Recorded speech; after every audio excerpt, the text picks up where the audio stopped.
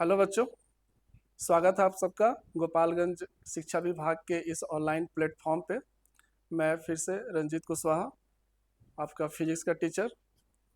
और कल हम लोग क्लास ट्वेल्थ का इंट्रोडक्शन देखे थे, जिसमें पूरे क्लास ट्वेल्थ में जितने भी फिजिक्स में जितने भी सारे चैप्टर्स पढ़ने हैं, सारे टॉपिक्स पढ़ने हैं, उसको सबका मैंने आपको समराइज करके बताया था कि क्या क्या आपको चीज़ें पढ़नी है। आज हम लोग एक्चुअल रूप से फिजिक्स का फर्स्ट चैप्टर जो इलेक्ट्रोस्टैटिक्स है उसको हम लोग स्टार्ट करेंगे। और यह इलेक्ट्रोस्टैटिक्स जो है वो आपको दो चैप्टर में बटा हुआ है, बट कुल मिलाकर के एक ही यूनिट है। तो हम लोग एक ही यूनिट में उन दोनों चैप्टर्स को कवर करेंगे। इसमें पहला जो चैप्टर है वो पूरी तरह से वेक्टर क्वांटिटी पे आधारित है। इसमें जो भी हम लोग क्वांटिटीज के बारे में पढ़ेंगे, जैसे कि इलेक्ट्रिक फोर्स हो गया, इलेक्ट्रिक फील्ड हो गया, तो वो सारी की चीज़ें जो होंगी वो वेक्टर क्वांटिटी है, वेक्टर पे आधारित है। तो थोड़ा सा इसमें वेक्टर का यूज और कैलकुलस का यूज इसमें आपको मिलेगा। और नेक्स्ट जो होगा पार्ट, वो हमारा पूरी तरह से स्केलर पे आधारित है, ठीक है, जिसमें इलेक्ट्रिक पोटेंशियल है, कैपेसिटेंस है, एनर्जी है। तो वो पूरी तरह से स्केलर क्वांटिटी है, तो उसमें वेक्टर का यूज हमको नहीं मिलेगा। तो ये दो भागों में हमारा ये चैप्टर डिवाइडेड होगा। तो हम लोग स्टार्ट करते हैं आज का वीडियो इलेक्ट्रोस्टैटिक्स से। तो सबसे पहले हम लोग जानते हैं कि व्हाट इज इलेक्ट्रोस्टैटिक्स या व्हाट इज स्थिर वैद्युतिकी हम लोग किसे कहते हैं। इलेक्ट्रोस्टैटिक्स को हिंदी में हम लोग स्थिर वैद्युतिकी कहते हैं। डैट मीन्स कि स्टैटिक चार्ज, यानी इलेक्ट्रोस्टैटिक जो है फिजिक्स की वह ब्रांच है, वह शाखा है जिसमें हम लोग स्टैटिक चार्ज के बारे में, स्थिर आवेश के बारे में स्टडी करते हैं। आवेश अगर स्थिर है तो उसके कारण भी बहुत सारे प्रभाव वो उत्पन्न करता है, बहुत सारे प्रॉपर्टीज उत्पन्न करता है, जैसे इलेक्ट्रिक फील्ड उत्पन्न करता है, इलेक्ट्रिक पोटेंशियल उत्पन्न करता है, इलेक्ट्रिक फोर्स लगाता है। तो इन सारे चीज़ों की स्टडी जो हम लोग इलेक्ट्रोस्टैटिक्स में करते हैं, यानी ऐसे हम इलेक्ट्रोस्टैटिक्स को डिफाइन कर सकते हैं कि इलेक्ट्रोस्टैटिक फिजिक्स का वह ब्रांच है, वह शाखा है जिसमें कि हम स्थिर आवेश और उसके कारण होने वाले प्रभावों या गुणों, जैसे विद्युतीय विभव, विद्युतीय क्षेत्र, विद्युतीय बल, इन सब चीज़ों का स्टडी या अध्ययन हम लोग करते हैं। अब चूंकि स्टैटिक चार्ज के बारे में पढ़ रहे हैं, और स्टैटिक चार्ज जो है फ्रिक्शन से भी प्रोड्यूस होता है, यानी दो वस्तुओं को अगर आपस में हम रब करें, ऐसे रगड़े, तो उसके कारण से भी यहाँ पर चार्ज प्रोड्यूस होता है। तो इसलिए इसको हम लोग फ्रिक्शन इलेक्ट्रिसिटी यानी घर्षण वैद्युतिकी भी हम लोग कहते हैं। तो अब यहाँ पर इस चैप्टर की शुरुआत होती है हमारा आवेश से। आवेश, चार्ज, इंग्लिश में इसको चार्ज कहेंगे, आवेश। तो स्थिर आवेश के बारे में जानना हमको, सबसे पहले हम लोग आवेश के बारे में जानते हैं कि आवेश क्या है। आवेश जो है कई तरीके से इसको हम लोग डिफाइन कर सकते हैं, कि जैसे आवेश जो है वो एक बेसिक गुण है पदार्थ का, या एक वस्तु का, या फंडामेंटल कणों का, मौलिक कणों का, ठीक है, जिसके कारण जब ये गतिशील होता है तो विद्युतीय क्षेत्र, चुंबकीय प्रभाव, विद्युतीय प्रभाव आदि उत्पन्न करता है। ऐसे भी इसको हम लोग कह सकते हैं, या ऐसे भी कह सकते हैं कि आवेश जो है एक प्रकार का तरल है। क्योंकि देखिए आवेश जो है वो इनविजिबल है, देखा नहीं जा सकता है उसको, ठीक है ना, फील किया जा सकता है। तो हम आवेश को ऐसे भी कह सकते हैं कि आवेश जो है एक प्रकार का फ्लूइड है जो कुछ मौलिक कणों जैसे इलेक्ट्रॉन, प्रोटॉन द्वारा जो है वो कैरी किया जाता है। और ये किसी वस्तु से, एक वस्तु से दूसरे वस्तु में जब स्थानांतरण होते हैं तो उसमें आकर्षण और प्रतिकर्षण के गुण उत्पन्न करते हैं। यानी जब एक वस्तु से आवेश दूसरे वस्तु में स्थानांतरित होता है, या ऐसे कहें कि जब वस्तुएं आवेशित होती हैं तो उसमें आकर्षण और प्रतिकर्षण के गुण उत्पन्न हो जाते हैं। तो इस प्रकार से आवेश जो है वस्तुओं में कई तरह के प्रभाव उत्पन्न करते हैं। जब वो गतिशील होंगे तो चुंबकीय प्रभाव उत्पन्न करेंगे, विद्युतीय प्रभाव भी उत्पन्न करेंगे, और भी बहुत सारे गुण इसमें उत्पन्न करते हैं, ठीक है। अब अगर हम देखें तो आवेश जो है वो दो प्रकार के होते हैं। दो प्रकार के आवेश होंगे। पहला धन आवेश, यानी पॉजिटिव चार्ज, और दूसरा ऋण आवेश, यानी निगेटिव चार्ज। तो दो तरह के ये आवेश होते हैं, धन आवेश और ऋण आवेश, ठीक है। अब यहाँ पे क्या है कि आवेश को, जैसे आवेश एक अदिश राशि है, स्केलर क्वांटिटी है, अदिश राशि है, इसके बारे में भी हम लिखते चलते हैं। आवेश जो है एक अदिश राशि है, ठीक है। तो अब यहाँ पे क्या है कि आवेश जो है एक अदिश राशि है, तो अदिश रहने के भी इसके गुण है। क्या गुण है कि चूंकि अदिश राशि है तो इसको आसानी से हम एल्जेब्रिक मेथड से इसको हम जोड़ घटाव इसका कर सकते हैं, ठीक है।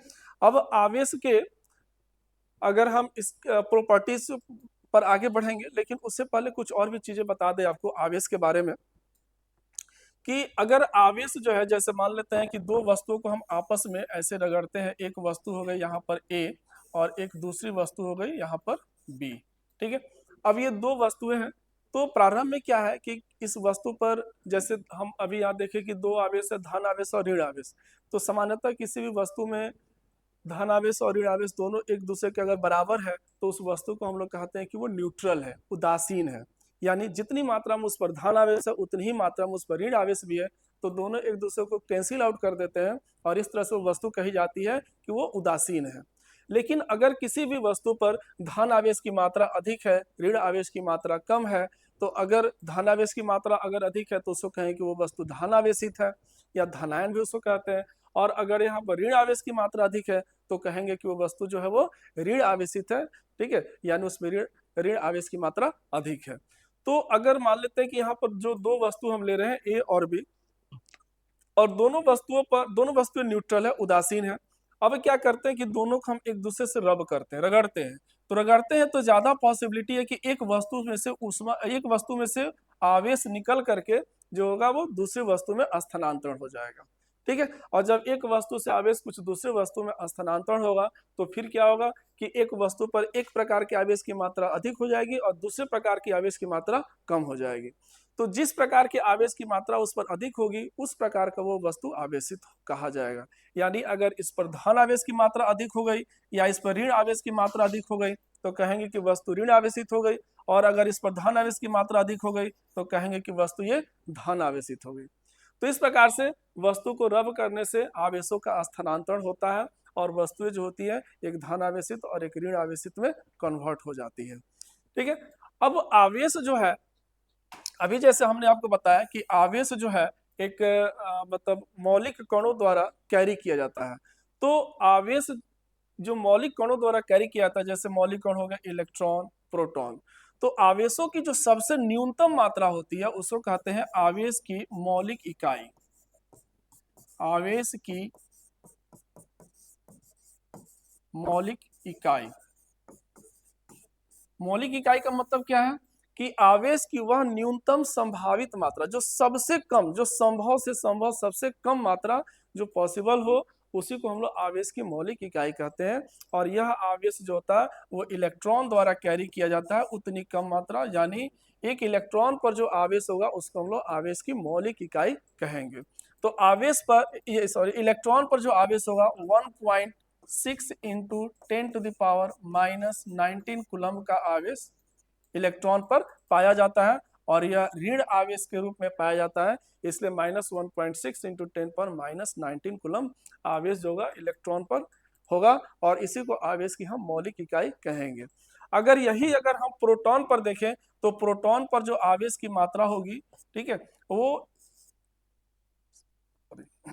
प्रोटॉन पर जो आवेश की मात्रा होगी वो उसको हम 1p के रूप में अगर लिखें तो उसको प्लस में 1.6 इंटू 10⁻⁻19 कूलम, ठीक है। हालांकि आवेश को प्रोटॉन पर 1p ऐसे लिखने का प्रचलन नहीं है, क्योंकि प्रोटॉन पर आवेश की मात्रा प्लस में होती है, बट आवेश का परिमाण उतना ही होता है जितना कि इलेक्ट्रॉन पर आवेश होता है। यानी इलेक्ट्रॉन पर आवेश 1.6 इंटू 10⁻⁻19 कूलम है, तो प्रोटॉन पर भी आपका आवेश 1.6 इंटू -19 कूलम होगा। बट अंतर क्या होगा कि प्रोटॉन पर जो आवेश होगा वो धनात्मक होगा, इसलिए प्लस के रूप में इसको हम लोग ऐसे लिखते हैं। तो ये आवेश की मौलिक इकाई होती है, यानी न्यूनतम संभावित आवेश की जो सबसे न्यूनतम संभावित जो वैल्यू है, जो परिमाण है, उसको हम लोग आवेश की मौलिक इकाई कहते हैं।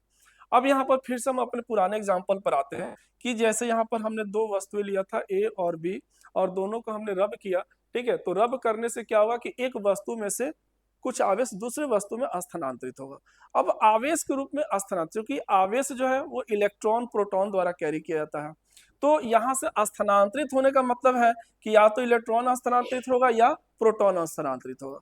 बट यहाँ पे ऐसे ध्यान में आता है कि चूंकि इलेक्ट्रॉन भी ये चार्ज कैरियर है, आवेश को वहन करता है, प्रोटॉन भी चार्ज कैरियर, ये भी आवेश को वहन करता है।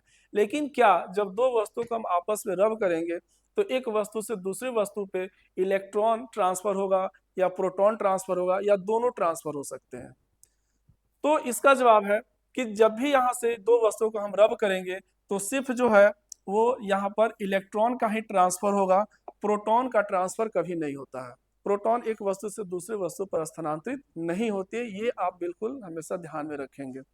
क्यों ऐसा होता है? क्योंकि प्रोटॉन के बारे में आप लोग जानते होंगे कि जब अगर हम एक परमाणु की संरचना में जब आप पढ़ेंगे तो नाभिक के अंदर होता है न्यूट्रॉन प्लस प्रोटॉन, और इलेक्ट्रॉन जो होता है वो इसके नाभिक के चारों ओर विभिन्न कक्षाओं में नाभिक की परिक्रमा करता है।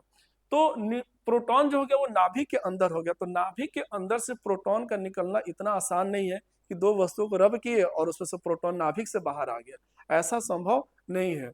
ठीक है, तो इस तरह से यहाँ पर जो है जब दो वस्तुओं को हम आपस में रब करते हैं तो फ्रिक्शन से ऊर्जा उत्पन्न होती है, और उस ऊर्जा, वो जो ऊर्जा है वह इस वस्तु ए और बी के सरफेस पर, उसके पृष्ठ पर जो भी इलेक्ट्रॉन्स होते हैं उन इलेक्ट्रॉनों को वो ऊर्जा मिलती है, और वो इलेक्ट्रॉन ऊर्जा गेन करके एक वस्तु से निकल करके दूसरी वस्तु में स्थानांतरित हो जाते हैं। अब यहाँ पर भी एक ध्यान देने वाली बात है कि किस वस्तु से इलेक्ट्रॉन पहले निकलेगा और किस वस्तु में जाएगा। क्योंकि दोनों वस्तुओं को हम रब कर रहे हैं, तो अगर हम कहें कि ए से बी में जा रहा है, आप ये भी कह सकते हैं इसे बी से ए में क्यों नहीं जाएगा, बी से ए में भी चला जा सकता है। बिल्कुल हो सकता है, ये डिपेंड करता है कि उस वस्तु का वर्क फंक्शन यानी कार्यफलन क्या है, कितना है। कार्यफलन का मतलब हुआ कि एक इलेक्ट्रॉन को किसी भी वस्तु से बाहर निकलने के लिए जो आवश्यक ऊर्जा की मात्रा होती है उसको हम लोग उसका कार्यफलन कहते हैं। तो जिस वस्तु के लिए यह इस ऊर्जा का मान कम होता है यानी कार्यफलन का मान कम होता है, उस वस्तु से जो इलेक्ट्रॉन जो होता है वो पहले निकलता है और दूसरी वस्तु में वो चला जाता है। और इस प्रकार से अगर मान लेते हैं कि ए से इलेक्ट्रॉन निकल करके बी में गया तो डेट मीन्स कि बी पर इलेक्ट्रॉन की संख्या अधिक हो जाएगी और प्रोटॉन की संख्या कम हो जाएगी, और सिमिलरली ए पर इलेक्ट्रॉन की संख्या कम हो जाएगी और प्रोटॉन की संख्या अधिक हो जाएगी।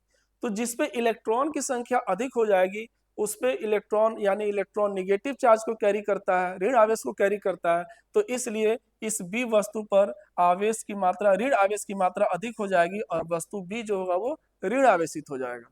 जबकि ए वस्तु इलेक्ट्रॉन का त्याग किया है, इस पे से इलेक्ट्रॉन निकल करके बी पर गया है, तो इस पे इलेक्ट्रॉन की मात्रा कम हो जाएगी और प्रोटॉन की मात्रा अधिक हो जाएगी, और प्रोटॉन जो होता है वो धन आवेशित होता है, तो इसलिए इस पर धन आवेश की मात्रा अधिक हो जाएगी और वस्तु जो होगी वो धन आवेशित हो जाएगी। तो इसका मतलब हम ये कह सकते हैं कि जो वस्तु इलेक्ट्रॉन खोता है वो धन आवेशित हो जाएगा, और जो वस्तु इलेक्ट्रॉन ग्रहण करता है, इलेक्ट्रॉन गेन करता है, वो वस्तु ऋण आवेशित हो जाएगी। ठीक है, तो इस प्रकार से इलेक्ट्रॉन के जब दो वस्तुओं का आपस में रब करेंगे तो इलेक्ट्रॉन के ट्रांसफर के फलस्वरूप एक वस्तु धन आवेशित और एक वस्तु ऋण आवेशित हो जाती है।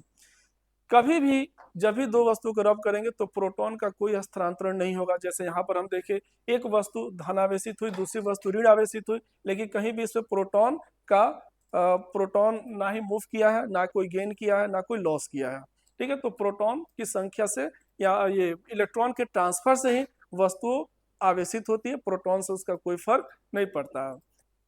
अब एक चीज और यहाँ पर ध्यान देने बात है कि क्या अगर इलेक्ट्रॉन एक वस्तु से दूसरी वस्तु में स्थानांतरित हुई तो इससे इस वस्तु के द्रव्यमान यानी मास पर भी फर्क पड़ेगा? मास मतलब द्रव्यमान, क्या उसके द्रव्यमान पर भी फर्क पड़ेगा? तो बिल्कुल जवाब है, बिल्कुल द्रव्यमान पर भी फर्क पड़ेगा, क्योंकि इलेक्ट्रॉन जो है एक पार्टिकल है, मासिव पार्टिकल है, उसका मास भले ही बहुत कम होता है लेकिन उसका एक मास होता है। इलेक्ट्रॉन का मास कितना हो गया? Mass of electron 9.1 into 10⁻⁻31 kg, ये इलेक्ट्रॉन का मास हो गया। तो भले ही इसका मास बहुत ही कम है, बट अगर एक वस्तु से इलेक्ट्रॉन ज्यादा संख्या में 10, 20, 25, 50 या लाख की संख्या में अगर इलेक्ट्रॉन ट्रांसफर होते हैं तो उससे उस बॉडी का मास भी प्रभावित होगा। भले ही वो मास बहुत ही कम प्रभावित होगा, नेग्लिजिबल होगा, बट फिर भी उसका मास अफेक्टेड होगा।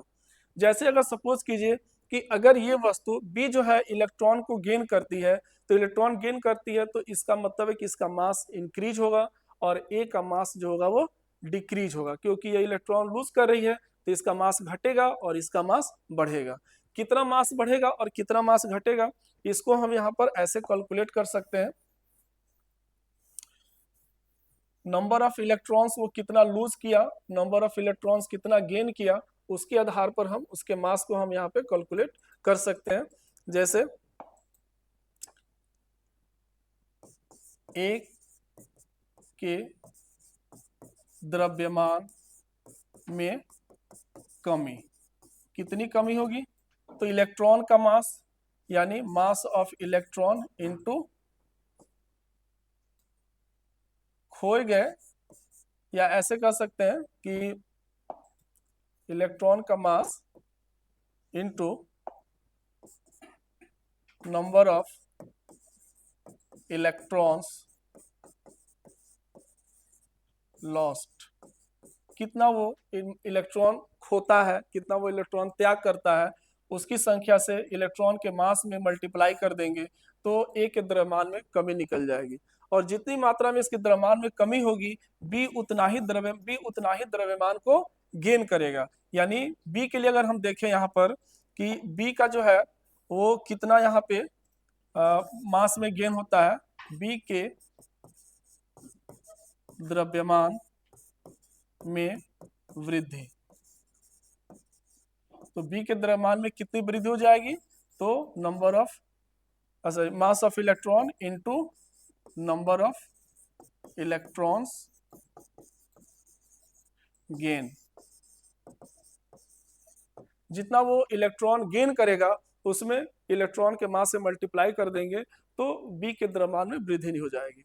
बट क्या है कि यहाँ पर चूंकि इलेक्ट्रॉन का मास जो है वो 10⁻³ के ऑर्डर का है, 10⁻³ के ऑर्डर का है, तो इसका मतलब ये है कि इलेक्ट्रॉन का मास बहुत ही कम है, और बहुत ही कम है तो यहाँ पर इसके द्रव्यमान में जो वृद्धि होगी या कमी होगी वो बहुत ही नेग्लिजिबल होगी। बट फिर भी उसको हम इग्नोर नहीं कर सकते, हम कहेंगे कि हाँ उसका द्रव्यमान प्रभावित हो रहा है। ठीक है, तो द्रव्यमान यहाँ पर भी प्रभावित होगा। ठीक है, आगे बढ़ते हैं हम लोग। अब जैसे दो वस्तुओं का हम आपस में अगर रगड़ते हैं तो एक वस्तु जो है धन आवेशित हो जाती है और दूसरी वस्तु जो है वो ऋण आवेशित हो जाती है, और इस प्रकार से उस वस्तुओं के बीच जो है आकर्षण और प्रतिकर्षण के गुण उत्पन्न हो जाते हैं। ठीक है, तो ये जो आकर्षण और प्रतिकर्षण के जो गुण उत्पन्न होते हैं इसके बहुत सारे सरल सरल एग्जाम्पल्स हैं जिसको हम लोग देख सकते हैं, समझ सकते हैं। सिंपली हम कुछ एग्जाम्पल्स लेते हैं। जैसे आप छोटे में आप ये एक्सपेरिमेंट किए भी होंगे कि एक कंघी लीजिए और कागज के कुछ टुकड़े फाड़ करके मेज पर रख दीजिए और कंघी को अपने सूखे बालों में ऐसे रगड़िए, और रगड़ करके और कागज के कुछ टुकड़ों के पास ले जाते हैं तो वो कागज के टुकड़ों को अट्रैक्ट कर लेता है। दैट इज द सबसे simplest example of electric force. ठीक है, तो इलेक्ट्रिक फोर्स में मतलब यहाँ पे क्या प्रदर्शित कर रहा है कि जैसे हम बाल को कंघी किए, तो बाल को कंघी किए तो यहाँ पर जो है हमारा ड्राई हेयर जो है, सूखी हुई जो बाल है वो धन आवेशित हो जाती है। यानी एक तरफ से है ड्राई हेयर और दूसरा हो गया कंघी। ठीक है, तो सूखी बाल जो है वो धन आवेशित हो जाती है और इस प्रकार से कंघी जो होती है वो ऋण आवेशित हो जाती है। यानी दोनों वस्तुएं पहले न्यूट्रल हो सकती है कि न्यूट्रल हो, और जब हमने रगड़ा तो इस तरह से कंघी जो ऋण आवेशित हो गई और ड्राई हेयर जब वो धन आवेशित हो गई। और जब इस ऋण आवेशित कंघी को हम कागज के टुकड़ों के पास ले गए तो उसमें आवेश होने के कारण के कागज के टुकड़ों को वो उसमें चार्ज इंड्यूस करके और उसको अपनी तरफ अट्रैक्ट कर लेता है, अपनी तरफ आकर्षित कर लेता है। तो यहाँ पर आवेश मतलब ये कहने का अर्थ है कि आवेश जो है उसमें आकर्षण और प्रतिकर्षण के गुण उत्पन्न हो गए। यानी उसमें वैद्युत बल, मतलब स्थिर वैद्युत बल भी कहें या वैद्युत बल कहें, उसमें वैद्युत बल के गुण उत्पन्न हो जाते हैं, आकर्षण के गुण उत्पन्न हो जाते हैं ड्यू टू चार्जिंग, आवेशन के कारण। ठीक है, तो अब ये सब आवेश के बारे में थोड़ा सा हम लोग और आगे बढ़ते हैं। आवेश जो है इसके कुछ प्रॉपर्टीज हम लोग पढ़ेंगे, लेकिन उससे पहले इसका हम लोग फंडामेंट, चूंकि आवेश जो है एक अदिश राशि है और इसका एसआई यूनिट SI यूनिट जो है वो कूलम्ब है, ठीक है। और इसके डायमेंशंस को हम लोग थोड़ा सा यहाँ पर करंट के फॉर्मूला से हम लोग इसको ज्ञात कर सकते हैं, चार्ज के डायमेंशन को। जैसे कि आप पढ़े होंगे कि इलेक्ट्रिक करंट I बराबर जो होता है वो आवेश बटे टाइम होता है, Q बटे T, I बराबर Q बटे T। तो यहाँ से अगर हम Q का मान निकाले तो ये हो जाता है I इंटू टी, विद्युत धारा गुणा समय। तो इस फॉर्मूला से हम लोग आवेश का जो है वो डायमेंशन ज्ञात कर सकते हैं। जैसे कि आवेश का डायमेंशन यहाँ पे क्या लिख सकते हैं हम लोग, आई विद्युत धारा के डायमेंशन को हम लोग ए और टाइम के डायमेंशन को हम लोग टी। तो इस प्रकार से इसका आवेश का डायमेंशन हो जाएगा ए इंटू टी, ठीक है। कहीं कहीं पर आपको करंट का डायमेंशन आई भी लिखने के लिए मिलेगा, आई भी, तो आप ए के जगह पर आई भी यूज कर सकते हैं, लेकिन हम यहाँ पर ए ही यूज करते हैं, तो हम यहाँ पर ए यूज कर रहे हैं। यानी करंट का आप डायमेंशन के रूप में आई या ए आप कोई भी यूज कर सकते हैं, लेकिन जो भी यूज कीजिए हमेशा वही यूज कीजिए। अगर आप आई यूज कर रहे हैं तो आई यूज कीजिए, ए यूज कर रहे हैं तो ए यूज कीजिए, ठीक है। तो ये करंट का डायमेंशन, चार्ज का डायमेंशन जो हो गया वो एटी हो गया, और उसका एसआई यूनिट जो हो गया वो कूलम्ब हो गया, ठीक है। अब हम लोग आगे बढ़ते हैं, चार्ज के कुछ प्रॉपर्टीज के बारे में हम लोग पढ़ेंगे। चार्ज जो है इसके बहुत ही अच्छे अच्छे गुण है प्रॉपर्टीज ऑफ चार्ज में, और ये सभी जो प्रॉपर्टीज है वो बहुत ही इंपॉर्टेंट है एग्जाम के व्यू से भी। प्रॉपर्टीज ऑफ चार्ज यानी आवेश के गुण, आवेश के गुण। सबसे पहला प्रॉपर्टीज तो हम ये कह सकते हैं कि सबसे पहला प्रॉपर्टीज ये कह सकते हैं कि दो सजातीय आवेशों के बीच प्रतिकर्षण का गुण और विजातीय आवेशों के बीच आकर्षण का गुण पाया जाता है। जैसे सजातीय आवेशों के बीच प्रतिकर्षण का बल और विजातीय आवेशों के बीच आकर्षण का बल पाया जाता है। सजातीय आवेश का मतलब क्या हुआ कि अगर दोनों आवेश प्लस है या दोनों आवेश माइनस है तो इसको कहेंगे कि ये दोनों प्लस है तो सजातीय आवेश, दोनों माइनस है तो ये भी सजातीय आवेश, यानी समान जाति के समान प्रकृति के ये आवेश हो गए। तो इस तरह के अगर आवेश है तो इन आवेशों के बीच जो होगा वो प्रतिकर्षण होगा, यानी दो धन आवेश के बीच प्रतिकर्षण होगा, दो ऋण आवेश के बीच भी प्रतिकर्षण होगा, तो इसके बीच प्रतिकर्षण का बल लगेगा। लेकिन वही अगर एक धन आवेश हो और दूसरा माइनस आवेश हो, ऋण आवेश हो, तो उसके बीच आकर्षण का बल लगेगा। तो ये पहली प्रॉपर्टी है कि आवेशों के बीच जो आकर्षण प्रतिकर्षण के जो बल लगते हैं उसके लिए क्या है कि सजातीय आवेशों के बीच प्रतिकर्षण और विजातीय आवेशों के बीच आकर्षण का गुण पाया जाता है, ठीक है। दूसरी प्रॉपर्टी पर हम लोग आते हैं, आवेश के दूसरे गुण। आवेश जो है चूंकि स्केलर क्वांटिटी है, अदिश राशि है, ठीक है, अदिश राशि है, तो अदिश राशि होने के कारण उसमें एडिटिव नेचर यानी एडिटिव नेचर पाया जाता है, यानी जोड़ योग्य होने का, जुड़ने का गुण उसमें होता है। तो चूंकि अदिश राशि है इसलिए अगर सपोज करो कि मान लो कि ये कोई वस्तु है, किसी भी आकार की हम वस्तु को ले लेते हैं और उस पर सपोज करो कि हम यहाँ से आवेश दे रहे हैं +5 कूलम, +5 Q, इधर से आवेश दे रहे हैं -9 Q, इधर से आवेश दे रहे हैं +6 Q, इस तरह से आवेश दे रहे हैं। बहुत बड़ी वस्तु है, कई जगह से हम उस पर आवेश दे रहे हैं, तो इस पर नेट आवेश कितना होगा। तो नेट आवेश कैसे निकालेंगे, तो आवेश अदिश राशि है तो अदिश राशि को सिंपली हम लोग एल्जेब्रिक सम करके उस पर नेट आवेश हम निकाल सकते हैं। तो नेट आवेश हो जाएगा 5, नेट आवेश हो जाएगा हमारा 5Q + 6Q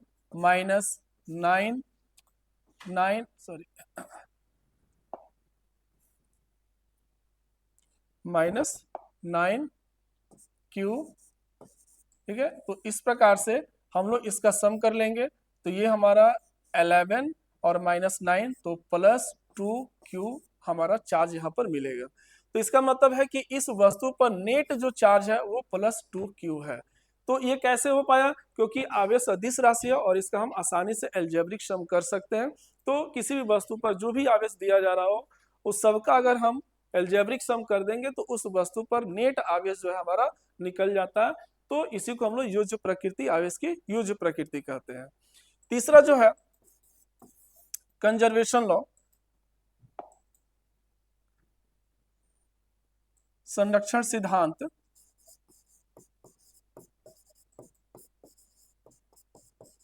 आवेश का संरक्षण सिद्धांत। अब आवेश का संरक्षण सिद्धांत क्या कहता है? जैसे आप ऊर्जा का संरक्षण सिद्धांत पढ़े होंगे कि किसी भी की ऊर्जा जो है वो ना ही उसको प्रोड्यूस कर सकते हैं और ना ही नाश कर सकते हैं, वो हमेशा एक रूप से दूसरे रूप में स्थानांतरित हो सकती है।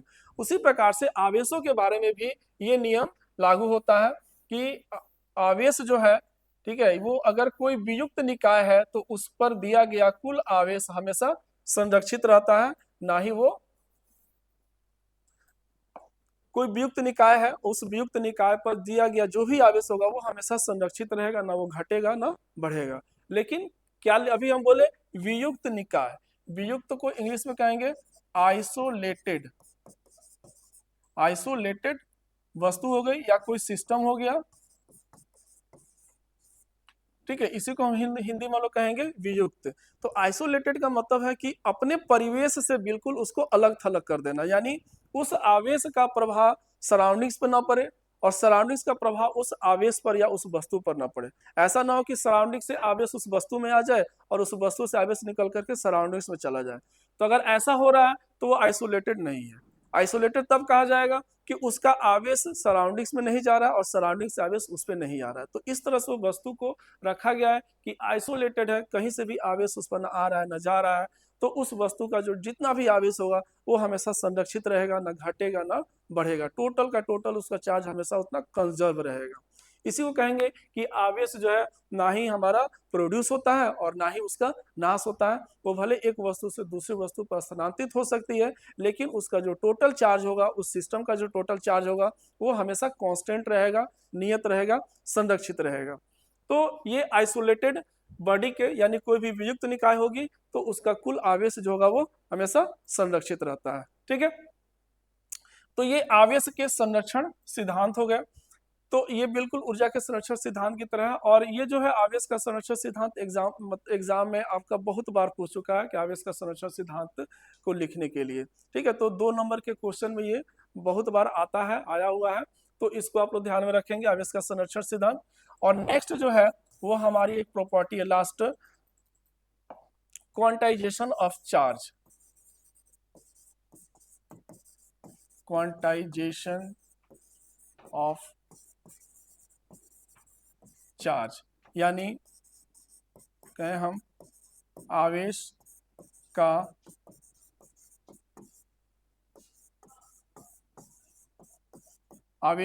क्वांटमीकरण, सो कहते हैं क्वांटाइजेशन ऑफ चार्ज, आवेश का क्वांटमीकरण। तो ये आवेश का क्वांटमीकरण क्या कहता है, थोड़ा सा इस पर डालेंगे प्रकाश। आवेश का क्वांटमीकरण का कहने का अर्थ ये है कि जैसे अभी हम लोग पढ़े कि इलेक्ट्रॉन पर जो आवेश होती है उसकी मात्रा फिक्स होती है 1.6 इंटू 10⁻⁻19 कूलम निगेटिव चार्ज यानी माइनस में। तो इलेक्ट्रॉन पर इतनी मात्रा में आवेश होती है जो कि फिक्स है। अब इससे कम आवेश पॉसिबल नहीं है, ठीक है, इलेक्ट्रॉन पर, और इससे ज्यादा भी पॉसिबल नहीं है एक इलेक्ट्रॉन पे। ये फंडामेंटल यूनिट चार्ज है और ये फिक्स है।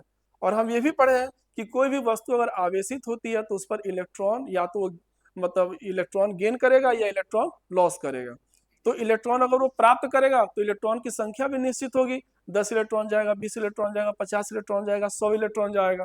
तो अगर मान लो कि इलेक्ट्रॉन की संख्या निश्चित है, इलेक्ट्रॉन पर आवेश की मात्रा निश्चित है, तो इसका मतलब है कि उस वस्तु पर जो आवेश दिया गया वो आवेश इलेक्ट्रॉन की संख्या से उसको हम निकाल सकते हैं कि उस पर कितना आवेश हमने दिया। जैसे इलेक्ट्रॉन के पर आवेश हो गया E, और अगर उस पर हम 10 इलेक्ट्रॉन, 50 इलेक्ट्रॉन, 100 इलेक्ट्रॉन या n इलेक्ट्रॉन उसको हम देते हैं तो उस पर दिया गया आवेश की मात्रा हो जाएगी Q बराबर n into E। That means कि किसी भी वस्तु पर दिया गया आवेश जो होगा वो इलेक्ट्रॉन के आवेश का इंटीग्रल मल्टीपल हो गया, क्योंकि n जो है वो यहाँ पर इंटीजर है, पूर्णांक संख्या, यानी 10 इलेक्ट्रॉन, 20 इलेक्ट्रॉन, 25, 50, 100 ऐसे हम दे रहे हैं। तो इस तरह से किसी भी वस्तु पर दिया गया जो आवेश होगा वो इलेक्ट्रॉन के आवेश का इंटीग्रल मल्टीपल यानी पूर्णांकी गुणज हो जाएगा।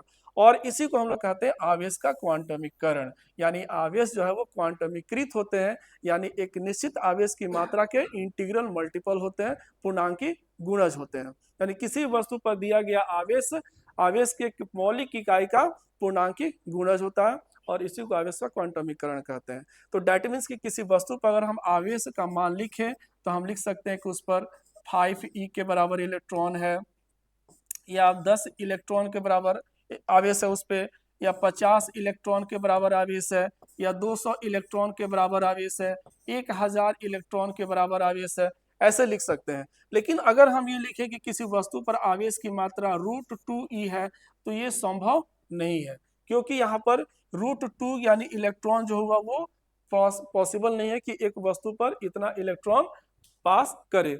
यानी √2 जो होगा इंटीजर नहीं है, पूर्णांक नहीं है, तो इसलिए किसी वस्तु पर इस तरह के आवेश हम नहीं लिख सकते हैं। हम अगर लिखना चाहें 1.8 इलेक्ट्रॉन तो ये भी नहीं लिख सकते हैं। यहाँ तक कि अगर हम लिखना चाहें E/2 तो ये इलेक्ट्रॉन पर आवेश भी पॉसिबल नहीं है। E/2 का मतलब हो गया कि किसी वस्तु पर इलेक्ट्रॉन का आधा आवेश, तो सबसे मिनिमम आवेश हमारा इतना है, तो उससे आधा आवेश तो पॉसिबल ही नहीं है। तो इसलिए हम इस तरह के आवेश को हम लोग नहीं लिख सकते हैं। जब भी किसी वस्तु पर आवेश लिखेंगे तो इस प्रकार से Q बराबर NE के फॉर्म में ही हम लोग लिखेंगे। बट इसमें एक और चीज है, चूंकि यहाँ पर क्या है कि आवेश की जो हम मात्रा ले रहे हैं, इलेक्ट्रॉन की जो संख्या ले रहे हैं वो 10, 20, 25, 50 ऐसे हम ले रहे हैं। लेकिन कभी कभी क्या होता है कि किसी वस्तु पर बहुत ज्यादा मात्रा में आवेश अगर हम स्थानांतरित कर रहे हैं, तो बहुत ज्यादा मात्रा में जब हम स्थानांतरित करते हैं आवेश को, तो उस स्थिति में आवेश इलेक्ट्रॉनों की जो संख्या होती है वो बहुत अधिक होती है। इतनी अधिक होती है कि उसको हम लोग काउंट करना मुश्किल होता है। तो वहां पर हम लोग इलेक्ट्रॉन के प्रवाह को या इलेक्ट्रॉन के स्थानांतरण को हम लोग कंटिन्यूअस मानते हैं। हम ये मानते हैं कि ए वस्तु से जो इलेक्ट्रॉन है वो बी वस्तु पर, यानी ए वस्तु से इलेक्ट्रॉन जो निकल करके बी वस्तु पर जा रही है वो बहुत ज्यादा मात्रा में जा रही है। जैसे सपोज करें कि अगर हम लिखे 1 माइक्रोकूलम्ब आवेश, तो 1 माइक्रोकूलम्ब आवेश लिखने का मतलब होगा 10⁻⁻6 कूलम्ब आवेश। ठीक है, तो 10⁻⁻6 कूलम्ब आवेश जो है ये इलेक्ट्रॉन की अगर हम संख्या के रूप में देखें तो बहुत ज्यादा इलेक्ट्रॉन ए से बी पर ट्रांसफर होगा, तब जाकर के उस पर इतना आवेश प्रोड्यूस होगा या उत्पन्न होगा। तो उस स्थिति में जब आवेश बहुत ज्यादा मात्रा में ट्रांसफर हो रहा हो तो हम इलेक्ट्रॉनों के प्रवाह को सतत मानते हैं, कंटिन्यूअस मानते हैं। हम ये कहते हैं कि इलेक्ट्रॉन कंटिन्यू रूप से उस पर जा रहा है और बहुत लंबे समय तक जा रहा है, तब जाकर के इतना आवेश उत्पन्न होगा। तो वैसी स्थिति में हम लोग क्वांटाइजेशन लॉ को इग्नोर कर सकते हैं वहां पर, और तब क्वांटाइजेशन लॉ को इग्नोर करके अगर हम चाहें तो 2.5 माइक्रोकूलम्ब आवेश भी लिख सकते हैं, या √2 मिली कुलम्ब आवेश भी हम लिख सकते हैं, या 5/6 नैनो कुलम्ब आवेश भी हम लिख सकते हैं। तो इसको अगर हम देखें तो यहाँ पे और यहाँ पे क्या अंतर हो गया, ये जो भी आवेश है ये माइक्रोस्कोपिक लेवल आवेश है। माइक्रो मतलब बहुत ही सूक्ष्म आवेश है। तो बहुत सूक्ष्म आवेश की स्थिति में हमको आवेश के क्वांटमीकरण सिद्धांत का पालन करना होगा और इस प्रकार से हम आवेशों को लिखेंगे। लेकिन जब हम मैक्रोस्कोपिक आवेश की बात करेंगे, यानी उसकी तुलना में ये सब जो आवेश है वो मैक्रोस्कोपिक होगा, यानी बहुत बृहद आवेश होगा। तो जब बड़े आवेश की बात हम करेंगे तो फिर हम आवेश के क्वांटमीकरण सिद्धांत की अवहेलना कर सकते हैं, उसको इग्नोर कर सकते हैं, और तब चाहे तो हम इस फॉर्म में आवेश को हम आसानी से लिख सकते हैं। तो इसका बेसिक कारण क्या है कि हम यहाँ पे इग्नोर क्यों कर रहे हैं, क्योंकि बृहद आवेशों की तुलना में, बृहद आवेशों की स्थिति में आवेश का जो फ्लो होगा या आवेश का जो ट्रांसफर होगा वो कंटिन्यूअस माना जाता है, सतत माना जाता है, और इस कारण जो है हम लोग क्वांटाइजेशन लॉ को इग्नोर करके और इस फॉर्म में आवेश को हम लिख सकते हैं।